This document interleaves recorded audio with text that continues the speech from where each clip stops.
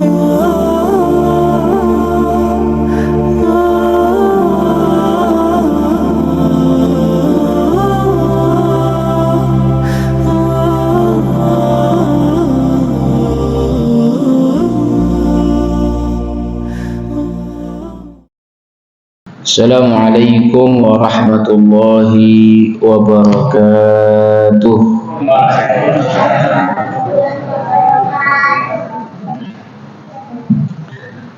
Alhamdulillahi wa kafa wa nusalli wa nusallim ala sayyidina wa habibina al-mustafa Muhammadin wa ala alihi wa sahbihi wa man sara ala nahjihi wa man ittaba'a sunnatahu wa hudahu ila yaumiddin. Fa inni usini wa iyyakum bitaqwallah faqad fazal muttaqun. Qala ta'ala wa tazawwadu fa inna khairaz zadit taqwa. Gimana kabarnya Bapak Ibu sekalian? Anak-anak kecil yang duduk di dalam masjid jangan ngobrol ya. Nanti nek you ngobrol ala cokot kuping you, oke? Jangan sembarangan ente ya. Alhamdulillah malam hari ini Allah bertemukan kita di majelis yang mubarakah, di masjid yang mubarakah. Semoga kita diberikan keistiqomahan untuk terus beramal soleh, salah satunya majelis ilmu. Apalagi kita hari ini ada di bulan Rabiul Awal, bulan Maulid, dan hari ini adalah puncaknya Maulid. Karena maghrib kemarin kita masuk tanggal 12 Rabiul Awal. Nah, cuma maghrib ini sudah masuk tanggal 13. Jadi seharian tadi adalah puncaknya bulan Maulid. Masya Allah, saya tadi malam dari Solo baru sampai Jogja sekitar jam 12. Saya menyaksikan banyak sekali tempat-tempat yang menyelenggarakan kegiatan Maulid Akbar. Memang karena puncaknya, Masya Allah, betapa kita melihat antusiasme masyarakat Indonesia yang sangat tinggi untuk merayakan daripada kelahiran Nabi Muhammad SAW. Salawat dan salam kita haturkan kepada beliau baginda Nabi Muhammad SAW yang disebut sebagai afdalul makhluqin, makhluk yang paling afdal. Kan yang ada cuma dua, satu Khalik yang menciptakan, kemudian yang kedua yang diciptakan, yaitu makhluk. Nah, dari semua makhluk alam semesta ini, langit, bumi, manusia, malaikat, jin, yang disebut sebagai makhluk yang paling mulia, yang paling afdal adalah Nabi Muhammad Sallallahu Alaihi Wasallam.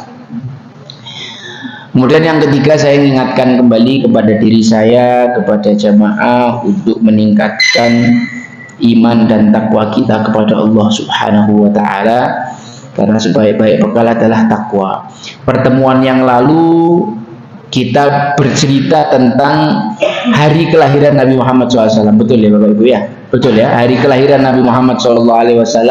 Kita ceritakan tokoh legendaris ya, yang sangat terkenal, namanya Abdul Uzza bin Abdul Muttalib, atau yang lebih terkenal namanya yaitu Abu Lahab ya, pamannya Nabi, yang berbahagia di hari kelahiran Nabi, yang memerdekakan budaknya lalu mensedekahkan budaknya untuk menjadi ibu susu Nabi.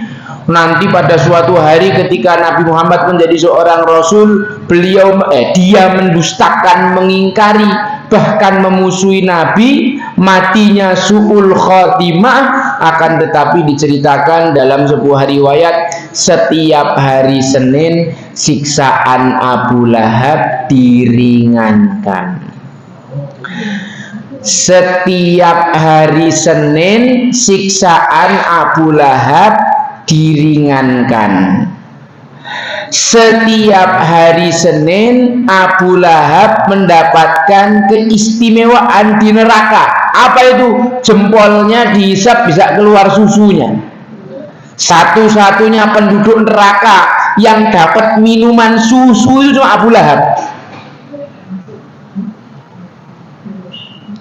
Ahlan wa sahlan, monggo silakan.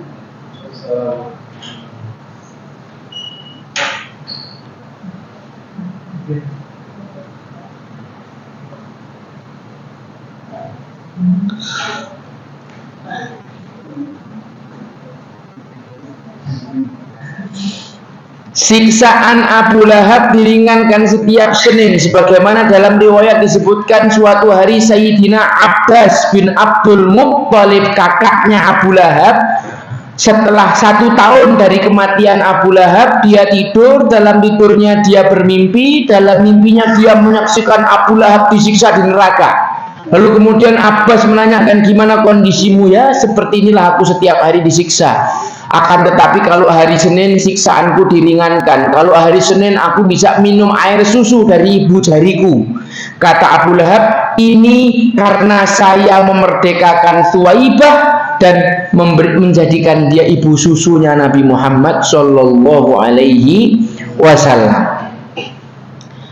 Abu Lahab berbahagia di kelahiran Nabi, Abu Lahab bersedekah di hari kelahiran Nabi, maka dia mendapatkan keistimewaan yang luar biasa. Logikanya adalah kalau Abu Lahab yang kafir dan memusuhi Nabi saja mendapatkan keutamaan seperti itu karena berbahagia di hari kelahiran Nabi, bagaimana dengan kita? Bagaimana dengan yang muslim? Bagaimana dengan yang mukmin? Bagaimana dengan yang cinta kepada Nabi?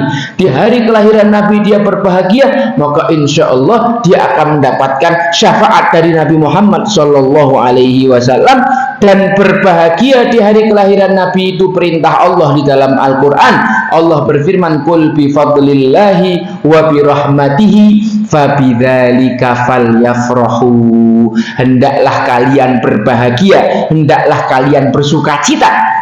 Atas apa? Atas rahmat Allah. Rahmat Allah itu apa? Wa ma arsalnaka illa rahmatan lil alamin. Nabi Muhammad adalah puncak rahmat. Nabi Muhammad adalah rahmat di atas semua rahmat. Semua rahmat Islam, iman, Al-Quran, pengetahuan, ilmu, semuanya itu sumbernya adalah Nabi Muhammad Sallallahu Alaihi Wasallam.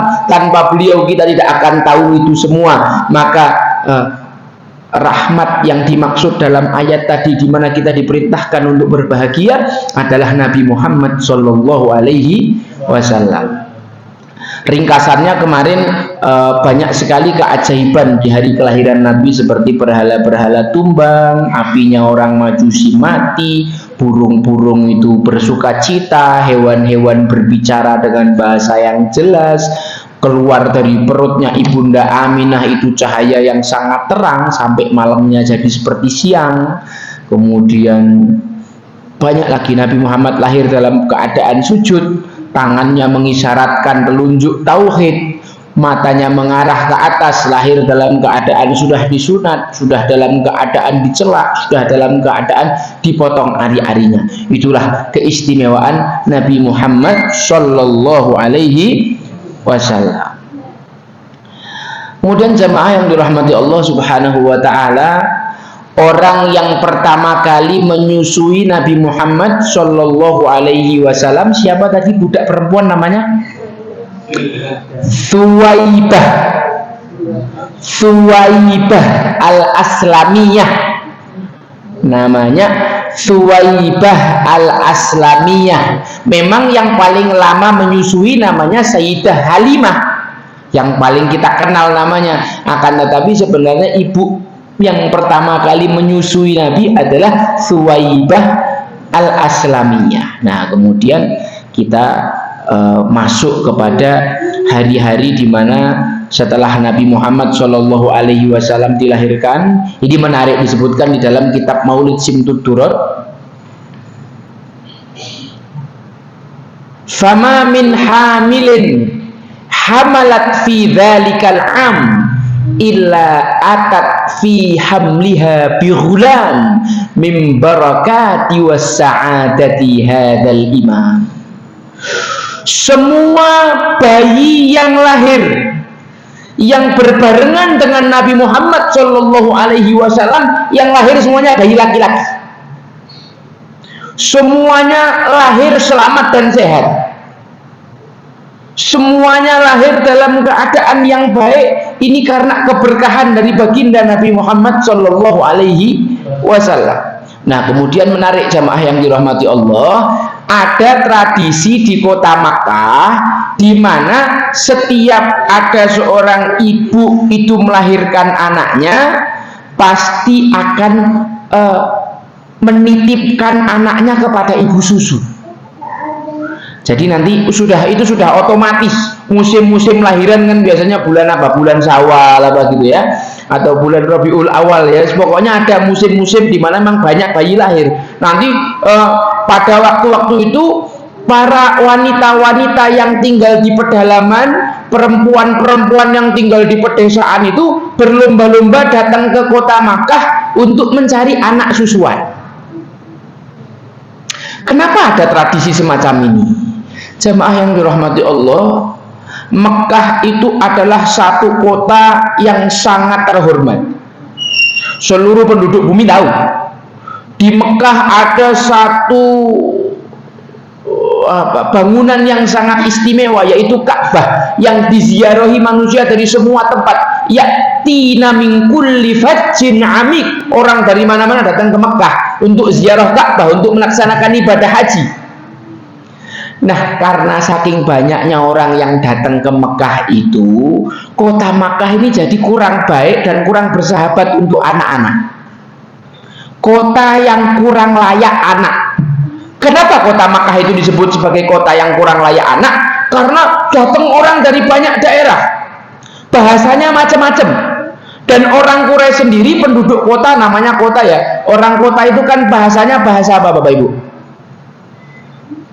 Bahasa gaul kalau kita ya. Kalau orang Arab namanya bahasa amiyah. Kalau di kota kan orang ngomong lo gue, ngape lo, pale lo, padahal ini ngomongnya sama orang yang lebih tua.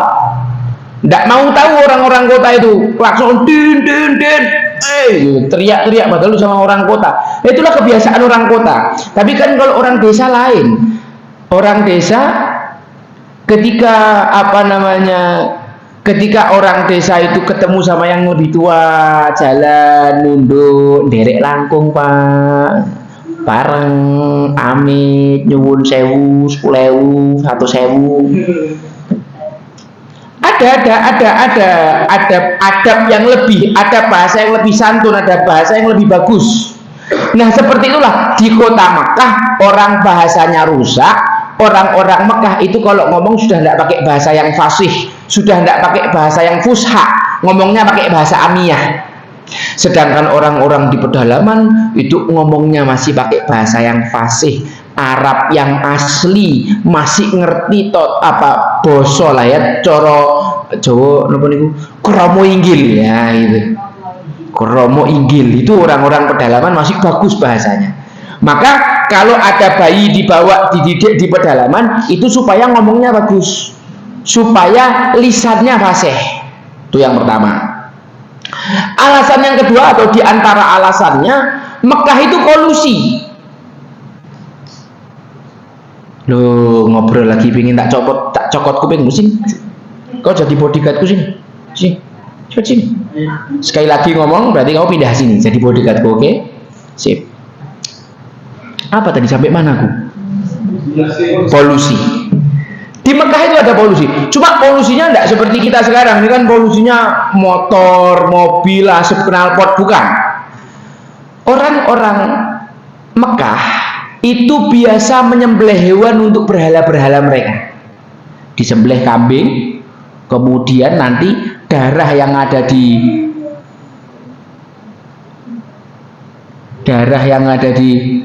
yang udah ditampung tadi kan diambil terus dilelet-leletkan, what the meaning melelet-leletkan itu, dioles-oleskan ke berhala-berhala itu, kemudian nanti hewan korbannya itu tidak dimakan, ditumpuk sampai jadi bangkai. Kira-kira orang keliling Ka'bah terus di sekitar Ka'bah itu banyak bangkai, kira-kira baunya gimana? Lah wong kita yang habis korban, udah kita bersihkan, udah siram air, itu sore kalau kita lewat tempat pemotongan kambing, baunya udah enggak enak sama sekali, betul enggak? Padahal itu cuma bau bekas dan sudah dibersihkan. Apalagi bangkainya ditumpuk sampai warnanya hijau, sampai keluar belatungnya. Jadi Ka'bah itu tidak kayak sekarang. Kalau sekarang kan kita masuk ke Masjid Haram, turun ke bawah ke ground keliling, itu kan baunya sudah harum karena Ka'bah setiap hari memang diwangikan gitu. Kain Ka'bahnya dikasih parfum, hajar aswadnya dikasih parfum wangi. Tapi zaman orang Quraisy dulu di dekat Ka'bah itu baunya tidak enak sama sekali. Bayangkan anak-anak kecil lari-lari main-main di sekeliling Ka'bah harus megang-megang bangkai, kira-kira gimana, Bu? Kira-kira rawan sakit tidak itu anak-anak di sana? Rawan sakit. Makanya orang tua pingin anaknya tumbuh dengan baik, dibawa ke pedalaman. Nah, situlah riwayat yang dulu zaman kecil kita dapatkan, yang kita dapatkan bahwa ibu susu yang datang ke Mekah itu sudah dapat anak. Tinggal Rasulullah Shallallahu Alaihi Wasallam saja yang belum dapat ibu susu. Mereka semua mikir, wah ini anak yatim, nanti kalau kita datang ke orang tuanya kita tidak dapat duit. Monggo ahlan wa sahlan. Jamaah yang dirahmati Allah Subhanahu wa taala, ibu-ibu susu yang datang ke kota Mekah itu berusaha mencari orang tua yang kaya. Supaya apa? Satu, dia dapat gaji yang banyak karena menyusui anaknya. Yang kedua, membangun hubungan yang kuat. Karena kalau misalkan ini kan perempuan dari kampung miskin, kadang-kadang kampungnya butuh air, butuh bantuan apa. Kalau dia punya hubungan yang baik sama orang kaya, pernah nyusui anaknya, nanti kan kapan-kapan kalau butuh bantuan bisa minta tolong, gitu nggih. Makanya ibu-ibu ini semuanya berlomba-lomba datang ke Mekah untuk nyari orang tua yang kaya supaya nanti dia dapat manfaat jangka pendek ataupun jangka panjang.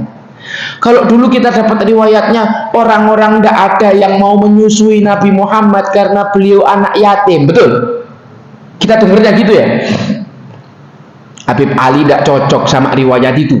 Habib Ali bin Muhammad bin Husain Al-Habsyi tidak cocok. Masa orang tidak mau ngambil Nabi Muhammad sebagai anak asuh? Bahkan Habib Ali dalam kitab Maulid Simtud Durar menyebutkan tasabaqat ila murdiatihil murdiat. Jadi ibu-ibu itu berlomba-lomba untuk mendatangi Aminah untuk apa? Mengambil barokah atau menjadikan Nabi Muhammad SAW sebagai anak susunya. Nah, kebetulan waktu itu yang diterima oleh Ibunda Aminah dijadikan sebagai orang tua susunya Nabi Muhammad namanya Sayyidah Halimah As-Sa'diyah. Namanya Sayyidah Halimah As-Sa'diyah. Ceritanya gini Bapak Ibu sekalian dirahmati Allah. Ibunda Halimah ini berangkat dari perkampungan Bani Sa'ad dalam keadaan suaminya sedang bangkrut. Suaminya dalam keadaan pailit, dalam keadaan punya utang, dalam keadaan tanah yang ditinggal kering, kambing-kambingnya kurus-kurus bahkan beberapa mati. Kemudian dipilih kendaraan yang paling bagus yaitu onta dan bigol. Bapak Ibu tahu bigol? Bigol itu adalah hasil perkawinan silang antara kuda sama keledai. Lahirlah bigol. Bigol ini lebih kecil daripada kuda, tapi lebih besar daripada kedelai. Nah, kan benar lebih besar daripada keledai. Kedelai. Nah, itu namanya bigol. Nah, Ibunda Halimah dan suaminya sambil gendong anak satu itu berangkat dari perkampungan Bani Sa'diyah. Ontanya kurus, ontanya lemes, jalannya gemulai, sering minta istirahat, dipecut tidak mau bangun. Nah, itu ontanya. Bigolnya juga gitu, kering kerontang kayak jarang makan, air susunya kempes, tidak ada isinya. Itu kendaraannya. Ibunda Halimahnya sendiri juga dalam keadaan yang tidak prima, tidak fit. Disebutkan wajahnya keriput, air susunya kering. Dalam perjalanan itu anaknya Ibunda Halimah, anak kandungnya Ibunda Halimah itu sampai sering nangis kalau malam karena dia netek, nggak ada keluar air susunya, nggak keluar air susunya. Sebentar ya jemaah, saya izin tak sambil tak bacakan langsung keterangan daripada Habib Ali bin Muhammad bin Husain Al-Habsyi dalam kitab Maulid Simtud Duror. Ini kisah tentang bagaimana Ibunda Halimah ketika mengambil Nabi Muhammad SAW. Tasabaqat ila radha'ihil murdi'at. Jadi banyak orang yang berlomba-lomba untuk mengambil Nabi Muhammad sebagai anak susu. Kemudian yang diterima itu adalah bi anna aula bi tarbiyati hadzal habibi wa hadanatihi as-sayyidatu Halimah. Wah, ini disebutkan fatal waqad atat wa syarifuha wa atanuha dha'ifatan wa raja'at wa huma litawabil qafilati yasbiqun. Ketika berangkat ontanya lemah, bigolnya lemah, tapi subhanallah ketika Ibunda Halimah masuk ke dalam rumahnya Nabi Muhammad sallallahu alaihi wasallam, bertemu dengan Sayyidatuna Aminah, lalu melihat anak bayi yang digendong, ketika matanya Ibunda Halimah ini bertemu dengan matanya Nabi Muhammad sallallahu alaihi wasallam, Allah subhanahu wa ta'ala menginstal perasaan cinta di dalam hatinya Ibunda Halimah. Ibunda Halimah itu langsung jatuh cinta pada pandangan pertama kepada Nabi Muhammad sallallahu alaihi wasallam. Ya Allah, anak ini luar biasa.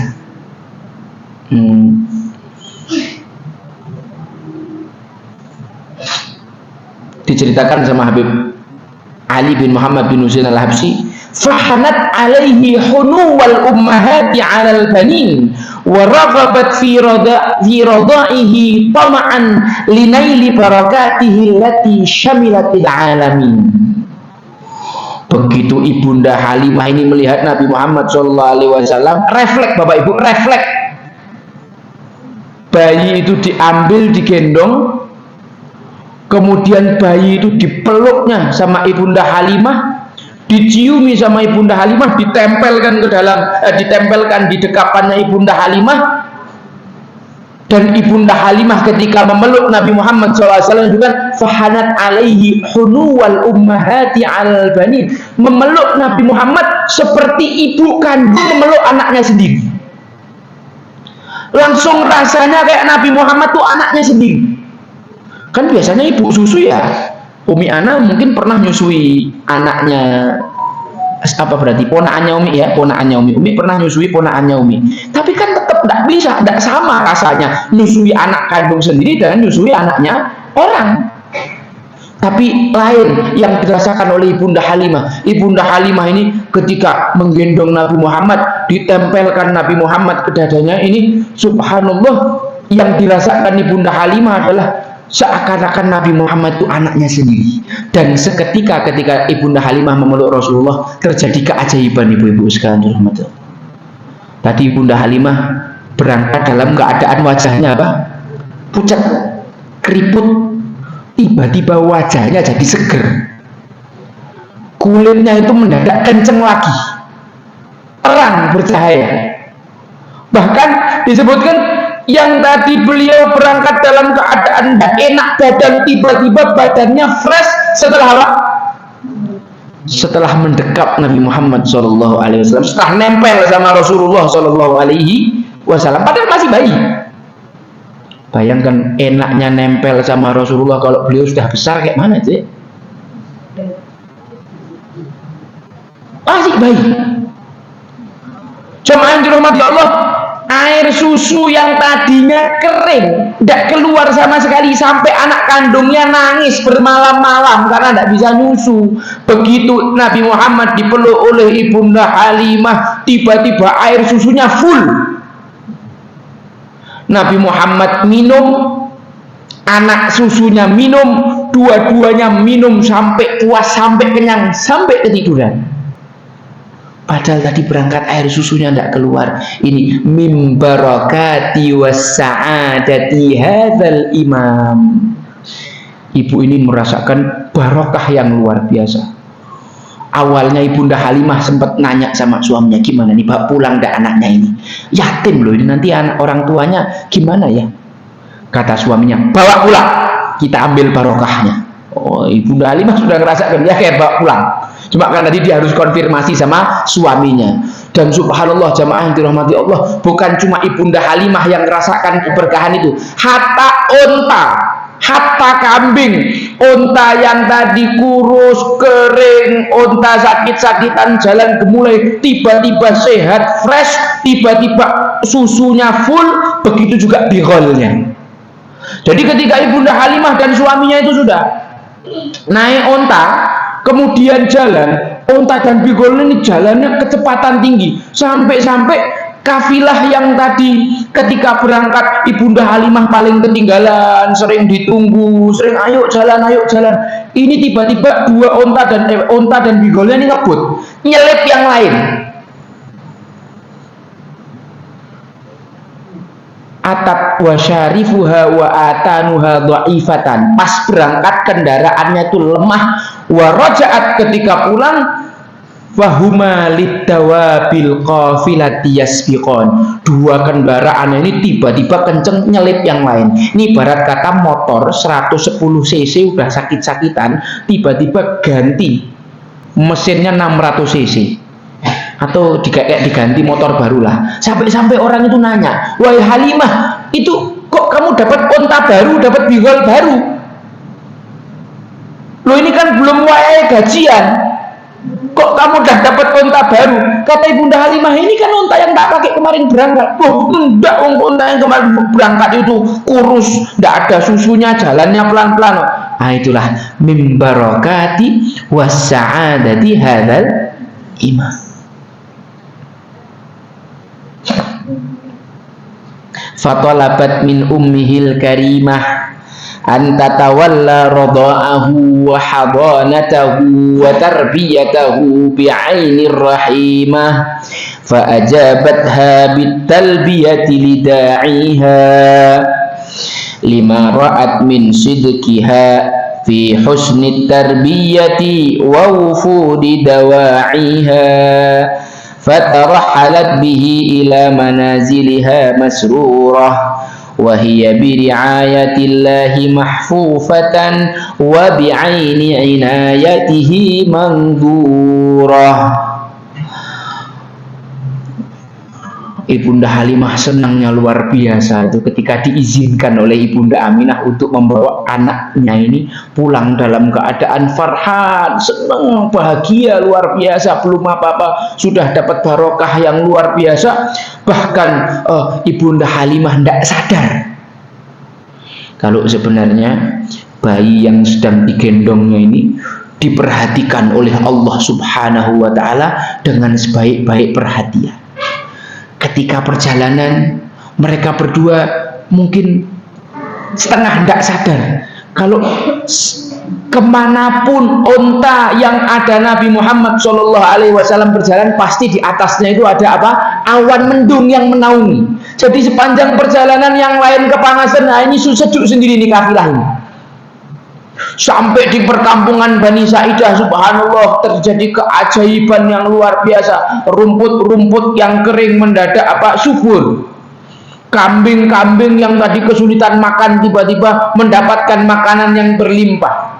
Terutama kambing-kambingnya Ibunda Halimah dan suaminya. Tiba-tiba, Masya Allah, lebih cepat kembang biaknya, anaknya lebih banyak, cepat gedenya, tidak normal, seakan-akan mendapatkan durian runtuh. Biasanya kan kambing kalau keluar bayi berapa? Satu apa dua? Wah ini kambing keluarnya dua terus gitu ya, jantan betina tiba-tiba kawin sudah keluar anaknya lagi. Betul-betul merasakan keberkahan yang luar biasa dengan hadirnya Nabi Muhammad SAW di kampung itu. Terus tadi kan saya menceritakan kepada jamaah yang dirahmati Allah tentang apa ini, betapa Ibunda Halimah merasakan nikmat yang luar biasa setiap kali bersentuhan dengan Nabi Muhammad SAW. Setiap kali mendekap Nabi Muhammad, kan ada ibu-ibu tuh yang nggak suka gendong anaknya, nggak suka disusu sama anaknya, yang baby blues, yang dan macam-macam. Kalau ada ibu-ibu yang tipe-tipe kerja di luar tuh nyusui anaknya 3 bulan udah bosen apa macamnya, pinginnya segera diserahkan orang lain biar dia bisa kerja lagi. Ibunda Halimah selama 2 tahun itu kayak pinginnya nempel terus Rasulullah Shallallahu Alaihi Wasallam. Dan ada hal yang menarik sama yang dirahmati Allah, Nabi Muhammad Shallallahu Alaihi Wasallam itu kan kalau minum di susu yang kanan, sedangkan saudara susunya minumnya di yang kiri. Dan subhanallah, setiap kali Nabi Muhammad SAW ditawari pindah ke yang kiri, beliau tidak pernah mau. Sejak kecil Allah subhanahu wa ta'ala sudah mendidik Nabi Muhammad untuk tidak mau memakan haknya orang lain. Dari sejak bayi, Nabi Muhammad sudah dididik oleh Allah subhanahu wa ta'ala untuk tidak pernah memakan haknya orang lain. Hari ini banyak orang yang menggunakan kekuasaannya, posisinya, jabatannya, kekuatannya untuk mengambil hartanya orang lain, haknya orang lain, mendolimi orang lain. Uangnya umat dikorupsi, tabungan haji dikorupsi. Subhanallah. Wabillahi min dzalik. Bahkan ada aktivis-aktivis dakwah yang naudzubillah min dzalik, niat dakwahnya salah, lalu dia menjadikan dakwah itu sebagai kendaraan untuk mendapatkan keuntungan pribadi. Naudzubillah min dzalik, Allah yahfad, semoga kita semua dijauhkan dari yang kayak begitu-begitu. Jamaah, ada yang penasaran nggak sih kenapa kok Nabi Muhammad SAW itu dilahirkan yatim, tidak ada abahnya?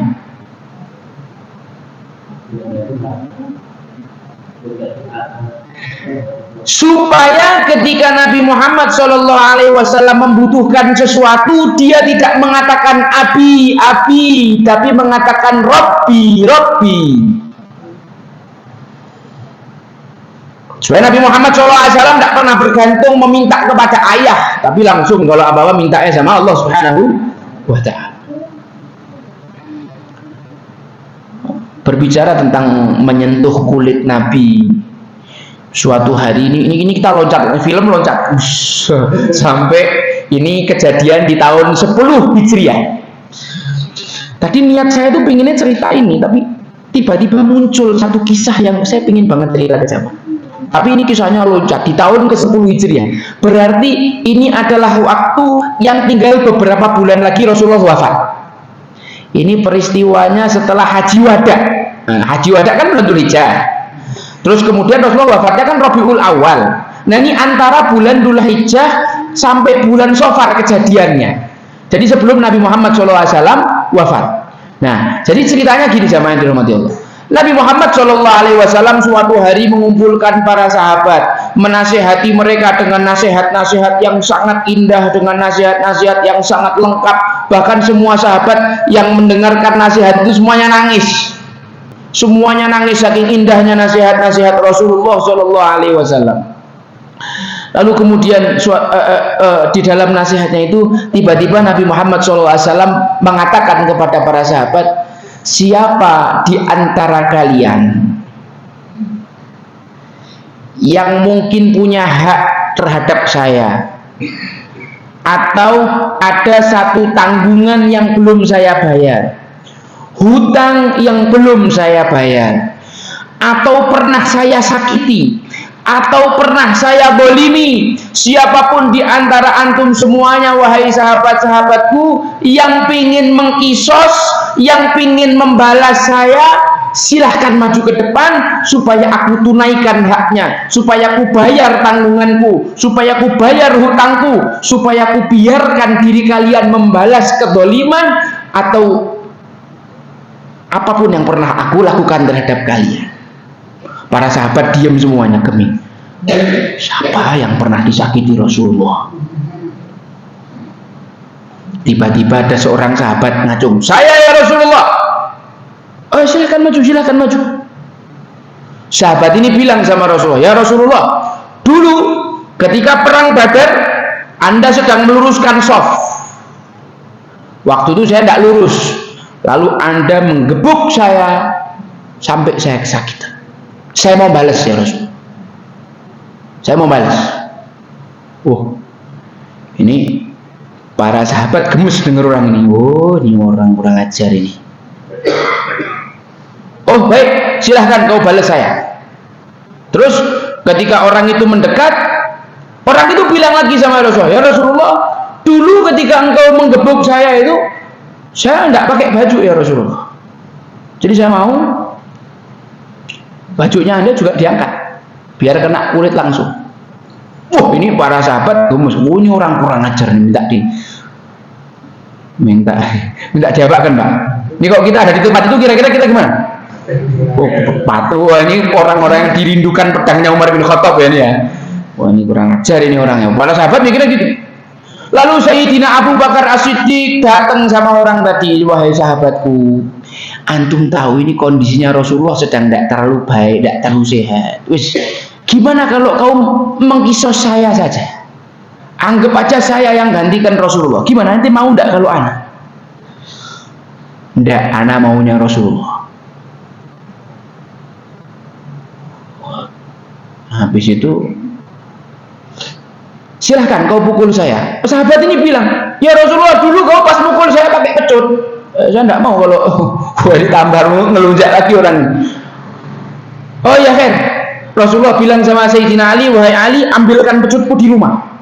Ini Sayyidina Ali yang mentaati perintahnya Rasulullah ini sama gemeretak dewi sama orang ini orang kurang ajar betul ini. Rasulullah dalam keadaan sudah mulai sakit, ini orang kok malah kayak gini. Sayyidina Umar berdiri naik sambil ya ngomong, suaranya deken, matanya sambil ngelirik gitu. Ente kisos ana aja, tidak usah Rasulullah. Ndak, ana maunya Rasulullah. Sayyidina Hasan dan Husain yang masih kecil itu, umurnya antara 8 sama 9 tahun atau 11-12 tahun. Wahai paman, kau jangan kisos kakeknya kami ini kan lagi sakit. Gimana kalau paman mukul kami aja? Cocok? Paman mukul kami aja, boleh enggak? Enggak, saya maunya Rasulullah. Datang Sayyidina Ali, mbak pecut ini ya Rasulullah, pecutnya kau pegang sekarang kalau kau mau pecut saya. Ya Rasulullah, saya maunya orang-orang ini mundur. Rasulullah bilang, sudah kalian mundur. Ya Rasulullah, buka baju Anda ya Rasulullah. Dibuka bajunya. Ini semua sahabat yang nonton, hawanya pengen jotos sih. Hawanya pengen jotos.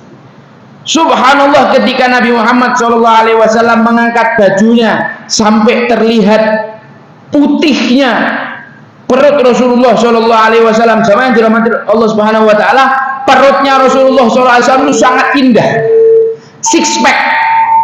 Kalau Ibunda Aisyah membahasakan, perutnya Rasulullah itu seperti kertas yang diremes terus dibuka lagi. Jadi bukan six pack yang nggak jelas gitu, six pack yang betul-betul jelas itu garisnya, kotak-kotak tersusun rapi, pokoknya cewek delok itu hawanya gitu ya. Dinaikkan sama Rasulullah SAW, terlihat perut beliau yang sangat indah itu, kemudian terlihat di situ ada keringatnya Rasulullah SAW. Maka sahabat tadi ketika sudah melihat perutnya Rasulullah SAW dibuka, dia lemparkan pecutnya, dia seruduk Nabi Muhammad, dia peluk Nabi Muhammad SAW, dia cium-ciumi badannya Nabi Muhammad, dia tempelkan badannya kepada badannya Nabi Muhammad. Ya Rasulullah, mana tega orang mukul engkau ya Rasulullah. Saya melakukan ini semata-mata supaya kulit saya bisa nyentuh kulit Anda ya Rasulullah. Saya ingin kulit saya tidak disentuh api neraka, karena kulit saya sudah bersentuhan dengan kulit Anda ya Rasulullah. Para sahabat yang tadi gemes berubah jadi apa? Berubah nangis, berubah iri. Aku kok tidak punya ide kreatif kayak dia gitu ya. Ada kepikiran anak, coba anak, ya enak juga ya. Akhirnya kan para sahabat, wah iri, anak juga pingin ini nyentuh sama Rasulullah. Kemudian Nabi Muhammad SAW menyebutkan, nanti di hari kiamat akan ada 70.000 orang dari umatku yang akan masuk surga tanpa hisab. orang tadi langsung, ya Rasulullah doakan saya, semoga termasuk dari golongan itu. Nabi Muhammad SAW mengatakan, ya engkau termasuk golongan itu, masuk surga tanpa hisab. Maka sahabat yang lain juga pada ngacung, ya Rasulullah doakan anak juga, doakan anak juga, doakan anak juga ya Rasulullah. Rasulullah SAW mengatakan, laqad sabaqaka Ukasyah, kamu sudah keduluan Ukasyah. Nama sahabat itu adalah Ukasyah bin Mihsan atau bin Mihson. Ada yang mengatakan itu Ukasyah bin Mihsan, ada yang mengatakan itu Ukasyah bin Mihson. Seorang sahabat cerdas yang memanfaatkan momen itu untuk bersentuhan dengan kulitnya Nabi, lalu memanfaatkan doa Nabi untuk meminta didoakan. Ini orang yang paling gercep dalam urusan kebaikan. Nah, gitu. Jadi secinta itu para sahabat sama Nabi Muhammad Sallallahu Alaihi Wasallam. Pertanyaannya, di mana cinta kita?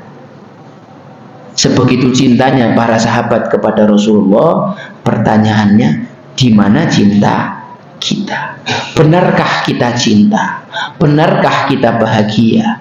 Benarkah kita senang? Benarkah kita betul-betul merayakan bulan ini? Semoga kita dimudahkan Allah untuk berbahagia, senang, gembira, merayakan bulan ini, bersedekah di bulan ini. Karena bersedekah di bulan ini tentu nilainya berbeda, dan tentunya orang yang bersedekah dengan niat, ya Allah, aku bersedekah karena aku berbahagia di bulan kelahiran Nabi, maka insya Allah sedekahnya itu akan bernilai sangat tinggi di mata Allah Subhanahu wa Ta'ala, akan dibalas dengan sebaik-baiknya balasan. Barakallahu li wa lakum fil Qur'anil azim wa nafa'ani wa iyyakum bima fihi minal ayat wa dzikril hakim wa taqabbala minni wa minkum tilawatahu innahu huwal ghafurur rahim. Akhiru da'wana alhamdulillahi rabbil alamin. Allahumma salli wa sallim ala sayyidina Muhammadin miftahi babi rahmatillah adada ma fi ilmillah salatan wa salaman daimaini bidawami mulkillah wa ala alihi wa sahbihi. اللهم اجعل في طاعتك فرحي وسروري وفي مرضاتك جميع أموري. اللهم يا عالم بحالاتي ومطلع على سرائري ونياتي اقضي جميع حاجاتي واغفر ذنوبي وسيئاتي وتجاوز عن خطيئاتي وزلاتي وتقبل جميع حسناتي وسامحني فيما مضى وما يأتي واكتبني في ديوان ساداتي واسلك بي سبيل نجاتي في حياتي ومماتي. اللهم إني طامع في عطاك راغب في رضاك مستسلم لقضاك فاكتبني من أولياك واسلك بي سبيل هداك وألحقني بأصفياك. وصلى الله على سيدنا محمد وعلى آله وصحبه وسلم والحمد لله رب العالمين. السلام عليكم ورحمة الله وبركاته.